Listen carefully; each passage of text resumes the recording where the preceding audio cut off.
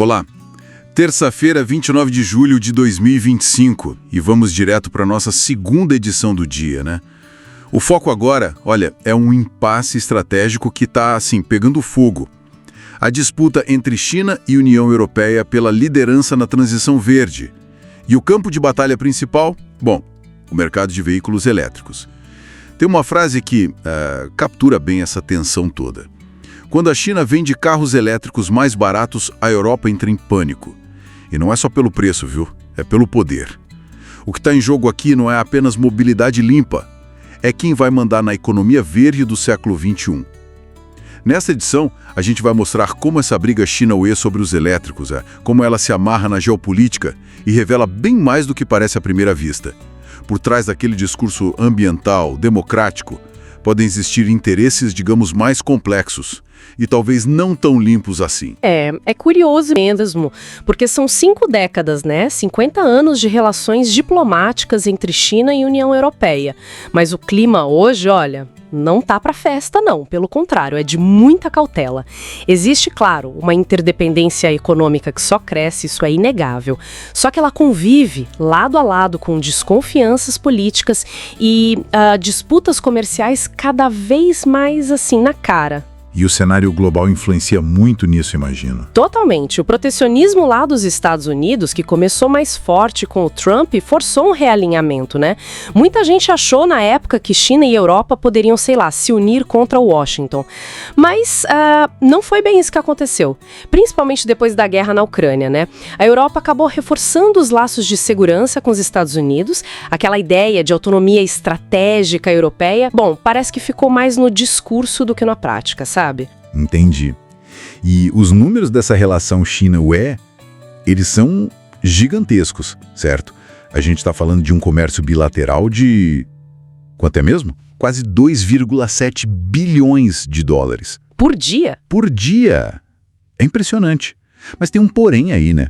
Um porém enorme, que é o desequilíbrio comercial. Exato. A China vende muito mais para a Europa do que compra de lá.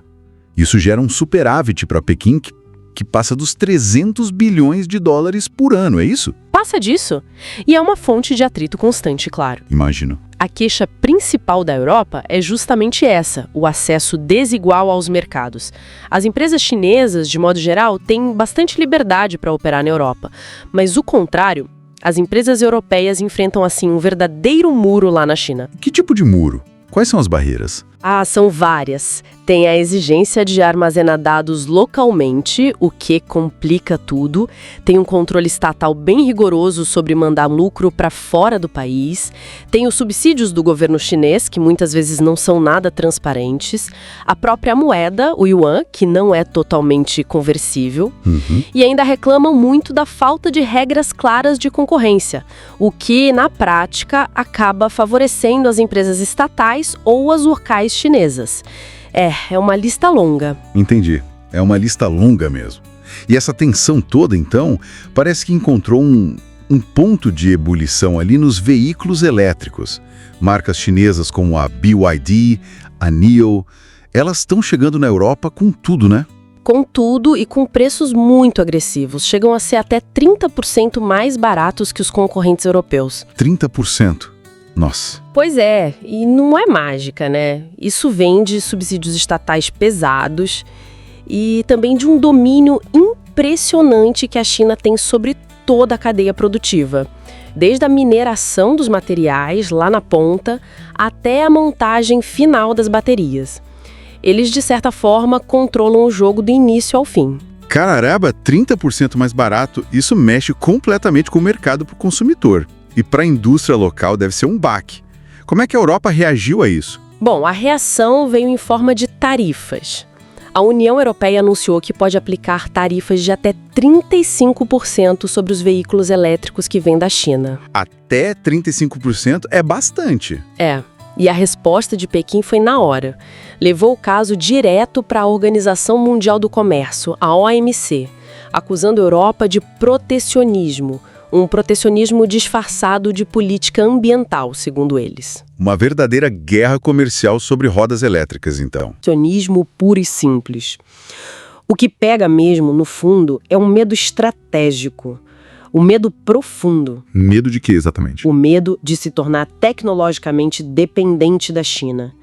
Da mesma forma que a Europa se viu, não faz muito tempo, dependente do gás russo, sabe? Ah, claro. A Europa sente que está prestes a cometer o mesmo erro, só que agora sobre rodas elétricas. É quase um déjà vu estratégico para eles. Repetir o erro, só que sobre rodas. Essa imagem é forte. E resume bem o dilema europeu, né? Exatamente. Bom, a gente vai para um rápido intervalo e já volta. Bem-vindos e bem-vindas de volta. Nesta parte da nossa edição, a gente vai aprofundar um pouco mais essa discussão do conflito comercial, né? Entre China e União Europeia, focado ali no setor automobilístico. Isso. E agora entram outros elementos importantes. O debate ambiental, os dilemas estratégicos da própria UE e também uma crítica que aparece forte nas fontes sobre o discurso europeu de valores, democracia. Exato. E o tal do conceito de de-risking, que estão tentando usar para, reorganizar essa relação. É um ponto de virada aqui na nossa edição, eu acho. Essa tensão entre pragmatismo, valores, a crítica à hipocrisia e o que está em jogo mesmo na ordem global. Pois é. Esse ponto da crítica ao discurso europeu é chave, né? Várias fontes batem nisso. Quer dizer, a Europa se coloca como defensora da democracia, da sustentabilidade. Sim, o discurso oficial. Mas aí as análises mostram um certo cinismo, talvez. Lembram como a riqueza europeia foi construída, né? Exploração colonial, práticas anticompetitivas, incluindo o que a gente chama de dumping ambiental no passado. Dumping ambiental quer dizer vender barato lá fora sem contar o custo para o meio ambiente aqui, é isso? Basicamente isso. Então, criticam a China hoje por subsídio estatal, mas parece que esquecem que o sucesso industrial europeu lá atrás também teve muito protecionismo, muito subsídio. Interessante essa memória seletiva, né?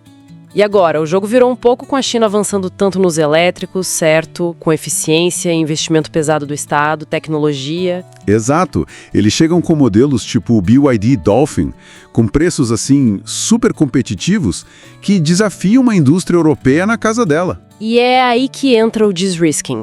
As fontes dizem que é para reduzir risco, né? Diminuir a dependência. Tipo o que aconteceu com o gás da Rússia. Uma lição aprendida. Sim, reduzir a vulnerabilidade. Essa é a justificativa.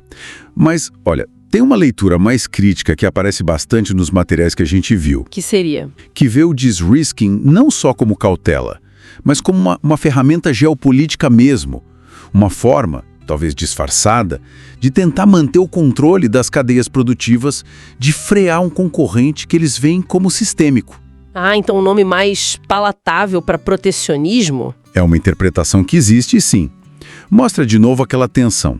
Proteger a indústria versus o discurso de livre mercado. Regras multilaterais. E o pessoal do Sul Global, como é que tá vendo essa briga toda? Olha, com muita atenção. E segundo algumas análises, com uma boa dose de ceticismo, sabe? A percepção que está surgindo é que aquela ideia de transição justa, de transição verde, defendida pelo Norte, só parece valer mesmo enquanto as regras do jogo continuam sendo ditadas por eles. Fica a pergunta se essa transição não vai só reforçar as velhas dependências, né? Faz sentido. Então, essa disputa China-UE nos carros elétricos acaba sendo vista como um exemplo pequeno de uma briga muito maior. É a disputa por como vai ser esse mundo multipolar que está se desenhando. Uma das fontes até usa uma imagem forte. Qual? Diz que é a mesma disputa de poder de sempre, só que agora, em vez de pólvora, a gente está falando de bateria de lítio. Uau! Forte mesmo. Isso leva direto para os dilemas da própria União Europeia, né? Que não são poucos. A gente está falando de uma indústria gigantesca lá. Quantos empregos? Olha, direta e indiretamente, são quase 14 milhões de pessoas na Europa que dependem desse setor automobilístico. É muita gente. Nossa, então como é que equilibra isso? Proteger emprego, a urgência do clima, a geopolítica. As fontes indicam que há uma encruzilhada mesmo, né? Exatamente. De um lado, tem que adaptar a indústria e inovar, competir nesse mundo novo, menos centrado na Europa. Do outro, tem a tentação de usar barreiras, né? Como essas tarifas antidumping que já estão falando. E apelar para o discurso moralista de novo. Pois é. Um discurso que, como a gente viu, é questionado pela seletividade histórica dele. E aí entra a questão ambiental de novo, mas por outro ângulo. Como assim? As fontes levantam a dúvida: será que as exigências de sustentabilidade que a Europa faz para os produtos chineses são só pelo meio ambiente? Ou funcionam também como barreiras técnicas? Um jeito de competir de forma indireta? Mesmo que no papel eles cooperem, né? Tipo, Acordo de Paris, preparação para a COP30 aqui no Brasil. Sim, formalmente a cooperação existe e tem que existir. Mas essa disputa econômica tecnológica, ela mostra as tensões que estão ali por baixo. A grande questão que fica no ar e que as fontes deixam clara é: quem vai definir os termos econômicos e políticos dessa transição ecológica que é inevitável? Fica muito claro que essa briga dos carros elétricos é só a ponta do iceberg, né? O que está em jogo mesmo é como vai ser a ordem econômica mundial daqui para frente. A Europa parece que está sendo forçada a escolher. Sim. Ou se reinventa para competir de igual para igual num cenário diferente, ou vai se entrincheirar usando sanção, protecionismo e esse discurso de valores que, como os materiais apontam, perde força quando bate de frente com o interesse econômico. E uma reflexão final que eu acho que emerge forte desses debates todos é: a transição ecológica vai acontecer, não tem jeito. O ponto crítico é: quem vai ditar os termos? Vai ser uma chance para redefinir as relações econômicas de um jeito mais justo, ou as potências de sempre vão só dar uma maquiagem verde no modelo antigo, mantendo o poder onde sempre esteve, só que com um rótulo de sustentabilidade e democracia? Fica a pergunta. Uma discussão, nossa, muito complexa, mas fundamental para a gente entender o mundo hoje. Olha, os links para as fontes que a gente usou para montar esta edição e também acesso a outros artigos sobre o tema estão todos na descrição, tá? Esperamos que esta edição tenha ajudado a clarear um pouco esses pontos tão importantes. Um abraço grande para todo mundo e lembrem-se, o podcast vai ao ar de segunda a sexta, às 7, meio-dia e 17 horas e aos sábados ao meio-dia. Até a próxima!